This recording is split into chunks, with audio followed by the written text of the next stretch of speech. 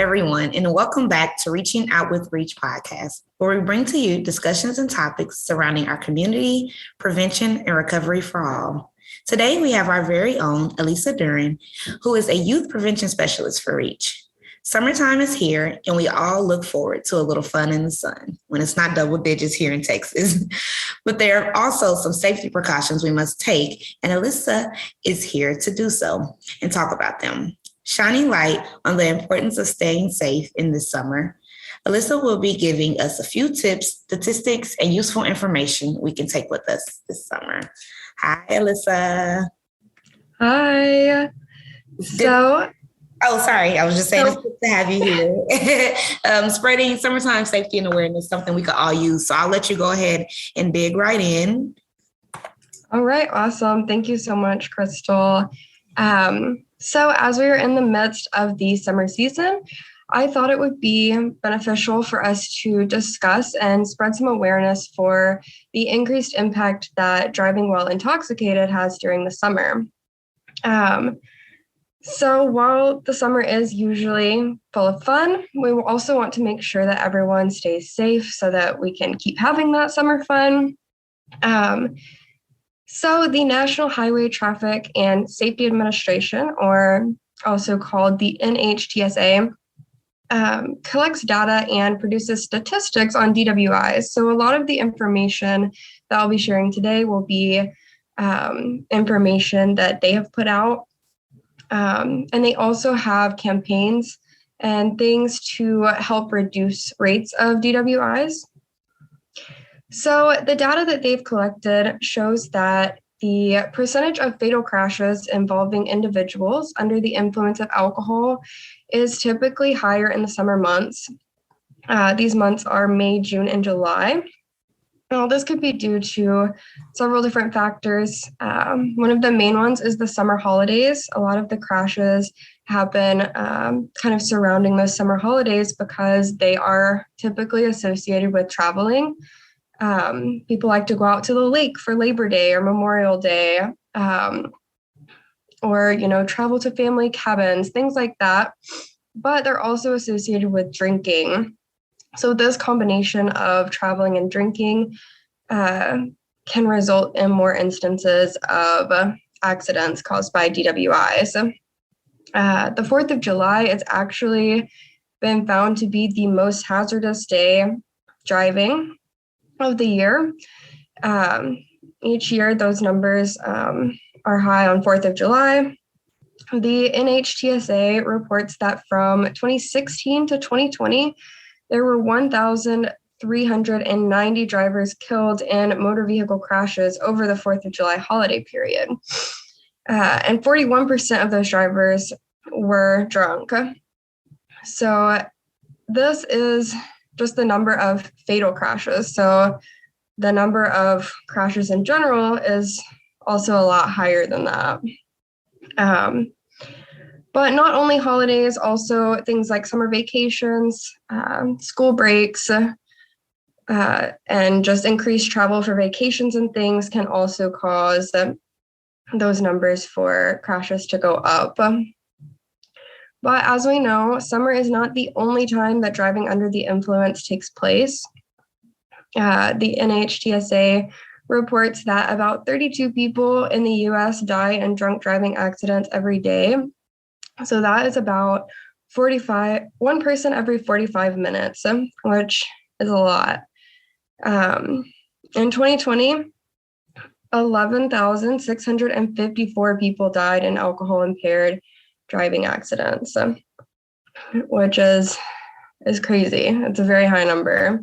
But now that we know some of the statistics and the dangers of driving under the influence, it's also important to be educated in the way that this works. So we're going to talk about some of the ways that alcohol affects driving. So a lot of people, think that they are okay to drive after just a couple of drinks. If you go out to a restaurant and have one drink or two drinks and you think that you're okay. But even a small amount of alcohol can affect your ability to drive. So first, let's talk about the way that alcohol affects our driving skills.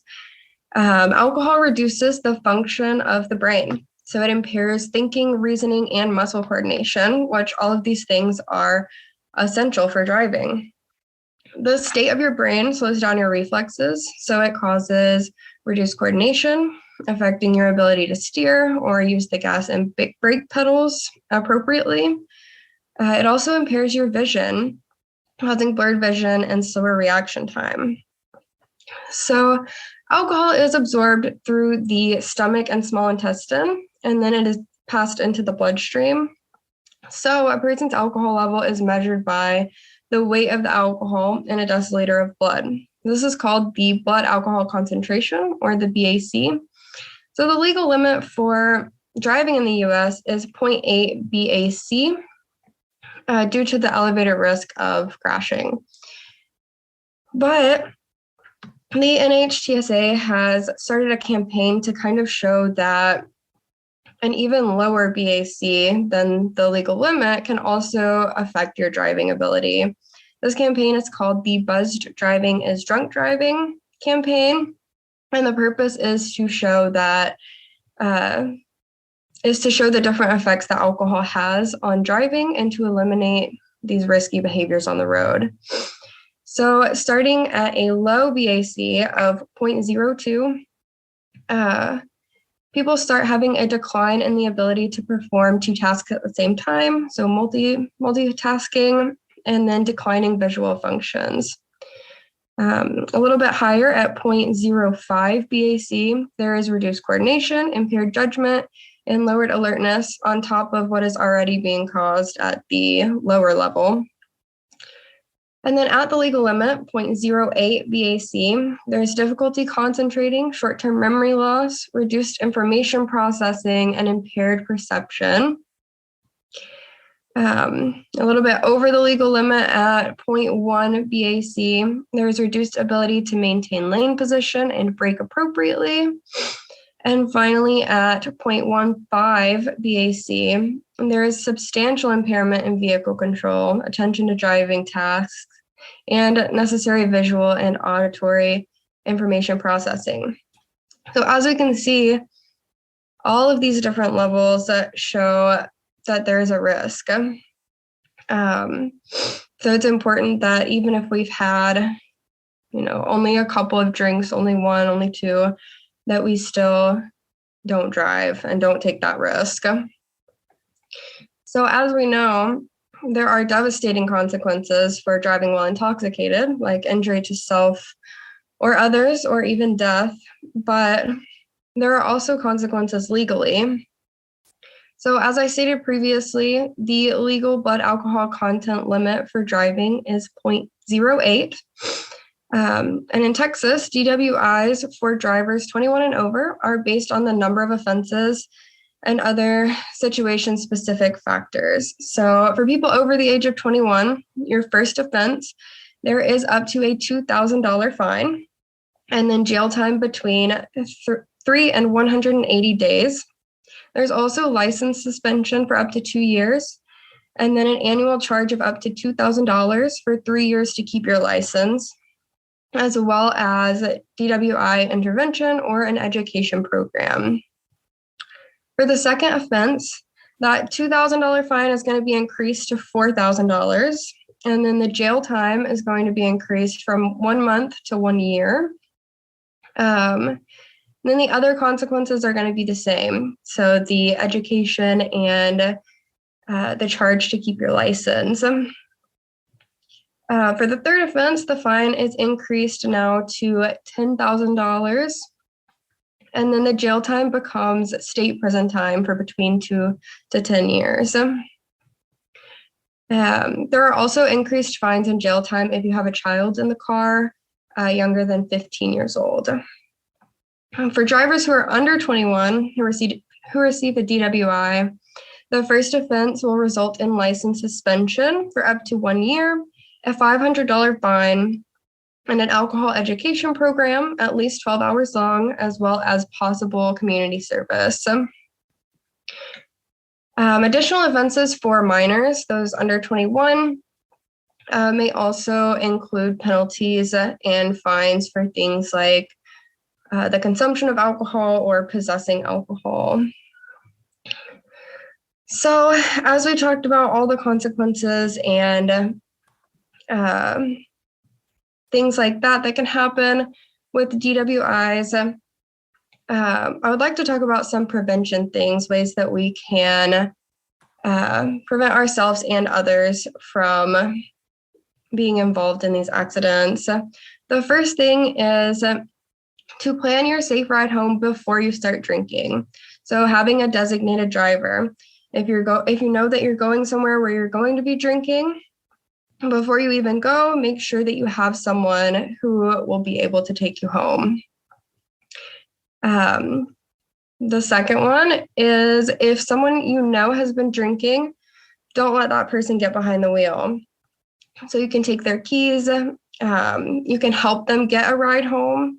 So if you're not drinking, you can take them home. If you have a designated driver, maybe they can help drop them off as well. Things like that, just to make sure that anyone you know is not going to get behind the wheel in that condition. The third thing we can do is that if you've been drinking, don't drive for any reason. So calling an Uber, Lyft, taxi, a friend, a parent, methods of getting somewhere without having to drive yourself are a lot more common these days. So it's really easy to download the Uber app or the Lyft app and get a ride to you pretty quickly, usually. The fourth thing we can do is if you're hosting a function where alcohol will be served, make sure your guests leave with a sober driver.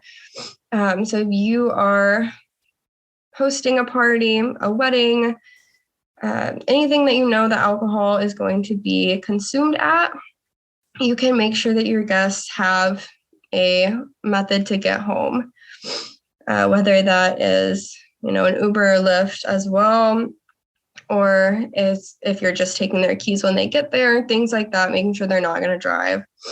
And then the fifth thing is just to always wear your seatbelt, because sometimes we can't control, who we're encountering on the road. So we want to make sure that we are as safe as possible, including just wearing your seatbelt. All right. Well, thank you so much for all the information you shared. We sometimes take things for granted and forget the consequences that come from our irresponsible actions. So thank you for this helpful information and reminding us that summertime is fun, but we must remain safe while having fun in the sun. So yes, thank you again. Thank you for having me. No problem. As we close out, I do want to give a huge thank you to everyone who participated, volunteered, and supported our very first Toss for a Cause fundraiser. The event was a huge success, and we couldn't have done it without all of the support from our community.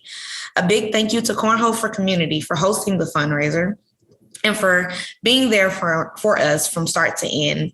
Thank you to our sponsors, Bright Home Energy, who was our premier sponsor, our award sponsor, Citizen National Bank of Texas, our lane sponsor, William Barres with Green Light Roofing and Remodeling, and our community sponsor, David Taylor Constructions. Lastly, thank you to all of our silent auction donors, Pistol and Pearls of Midlothian, Dallas Wings WNBA team, Ellis County Barbecue, and Christy Slider Photography. We can't wait to do it again next year. Thank you all once again for tuning in. And remember, life is full of choices. Choose happy, choose healthy.